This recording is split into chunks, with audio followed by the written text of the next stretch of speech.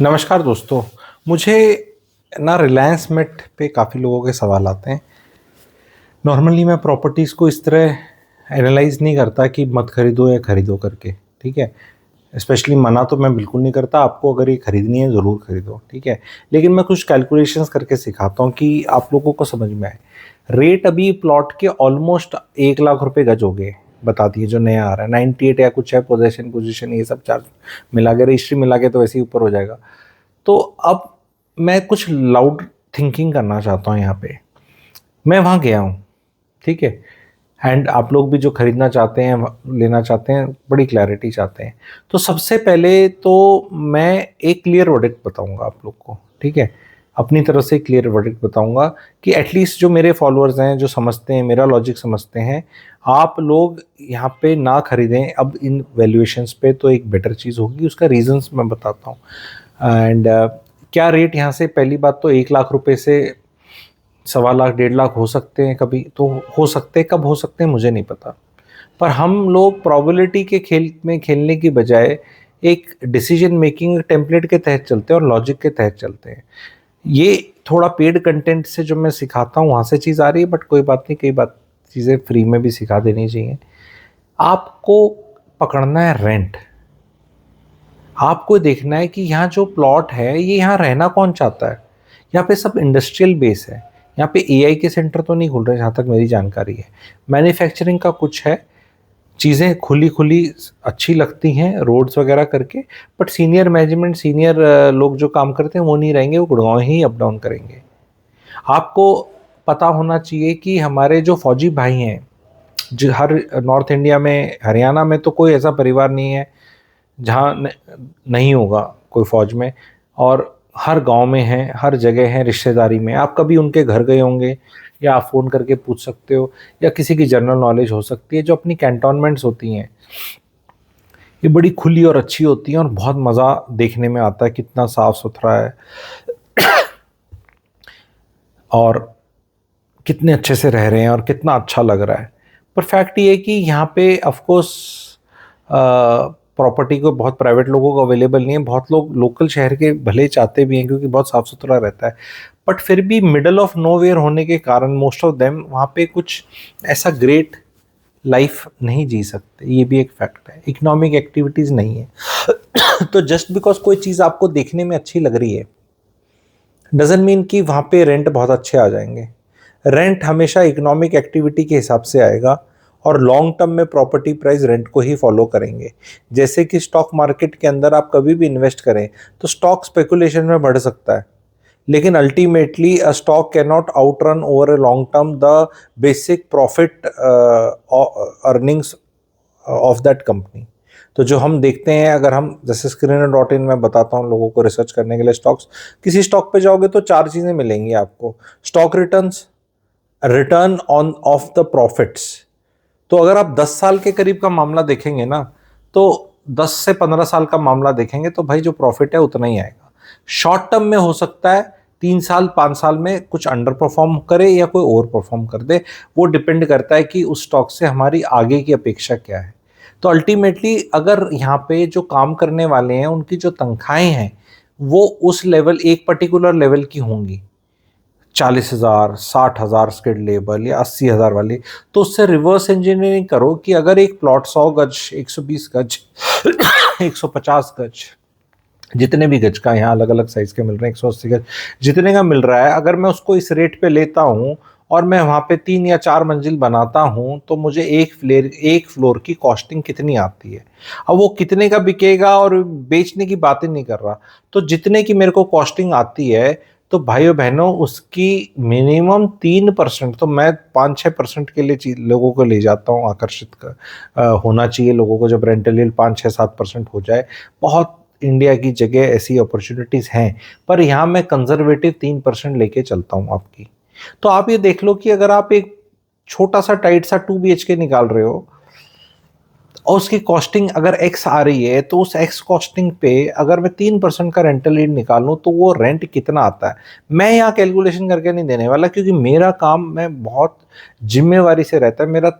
गर्म तवे पे ठंडा पानी मारते मुझे बहुत जोर लगता है।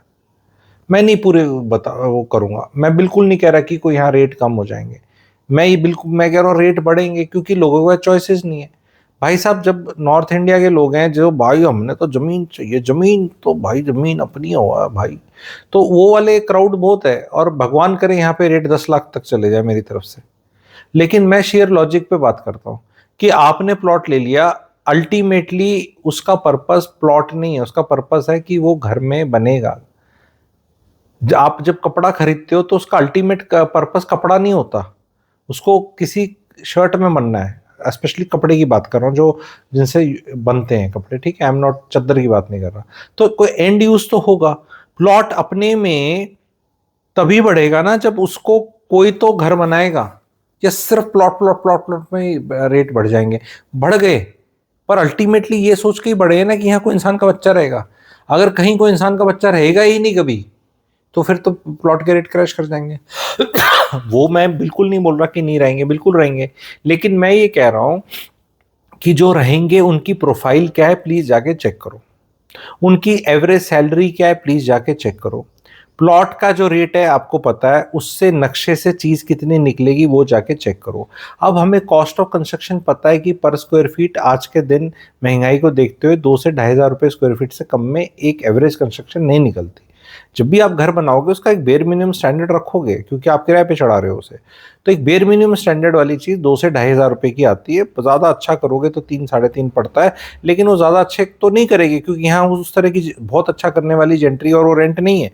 तो 2 से 2.5 का भी मैंने कैलकुलेशन करी, तो आप ये देखो कि मुझे एक फ्लोर कितने का पड़ा, जितना भी उसका प्राइस आया, तो क्या मुझे उस पर 3% रेंट मिलना है? पहले तो 3% रेंट कितना पड़ता है उस पर वो कैलकुलेट करो, इसमें रजिस्ट्रेशन कॉस्ट सब कॉस्ट काउंट कर लेना, ठीक है। फिर आपको लगेगा कि यार 3% मेरे को मिल जाएगा, तो मैं कहूंगा कि ठीक है, फेयरली प्राइस्ड है। लेकिन क्या वो रेंट आपको हर साल 10-15% बढ़ते दिख रहा है? तो ये वाले कॉल्स आप लोगों को लेने हैं। मेरा रिकमेंडेशन रहेगा, आप सब नॉर्थ हम सब नॉर्थ इंडियंस हैं, there are much better, plot की बात ही कर रहा हूँ मैं, कहीं फ्लैट में नहीं ले जा रहा आपको। There are much more, much more में बेटर नहीं बोलते क्योंकि वो अंग्रेजी रॉन्ग हो जाती है। There are much better opportunities outside Haryana and Jhajjar and other places, जहाँ आपको ये वाली स्टोरी जो मैं सुना रहा हूँ ये ज़्यादा बेटर प्ले आउट होती दिख रही है, जहाँ लैंड की कॉस्ट अब भी काफ़ी रीजनेबल है। फॉर्मूला और टेम्पलेट यही है वहाँ भी टेस्ट करने का, कि वहाँ पे जो इंसान का बच्चा रहने आएगा वो कितना काम करता है, क्या रेंट दे सकता है, और वो मैं कंस्ट्रक्शन कर कर वो मुझे एक फ्लोर की, ये अगर आप भावें रेंट पे ना चढ़ाएं, भावें आप उस पर कभी कंस्ट्रक्शन ना करें, और आपका टारगेट बेचने का है, लेकिन उसको आंकने का लॉजिक मैंने आज आपको रिवील कर दिया। ये चीज़ मैं ही सिखा रहा हूँ, मार्केट में कोई सिखा नहीं रहा। आपको कैसा लगा ये वीडियो बताना। ये टेम्पलेट बहुत जगह यूज़ किया जा सकता है। चैनल की मेंबरशिप ले लें, गोल्ड मेंबरशिप ले लेंगे तो आपको ग्रुप पे ऐड किया जाएगा, जहाँ आप 1-on-1 क्वेरीज पूछ सकते हैं। रियल एस्टेट को सिखाता नहीं। मल्टीपल प्रॉपर्टी वर्कशॉप मेरी बहुत हाई सेलिंग वर्कशॉप है वो, और बहुत बढ़िया है, उस पर अच्छा डिस्काउंट है, फाइनेंशियल ईयर एंडिंग है। मल्टीपल प्रॉपर्टी लेने वाले मुझे MP व्हाट्सएप कर सकते हैं। जिस जिसने नहीं लिया, आप में से बहुत लोगों ने ले रखी है मुझे पता है, लेकिन फिर भी जिस जिसने अभी भी नहीं ली है, 4 घंटे 10 मिनट की वर्कशॉप है, स्पेशल ग्रुप पे ऐड किया जाएगा, और आपके उसमें 16 अलग टॉपिक्स हैं, अन्य सवालों के जवाब भी उस ग्रुप पे दिए जाते हैं। How to acquire multiple properties, because अगर एक बार आप वो गणित समझ गए तो फिर आप ऐसे वाले प्रोजेक्टों में, ऐसे वालों में फंसेंगे नहीं।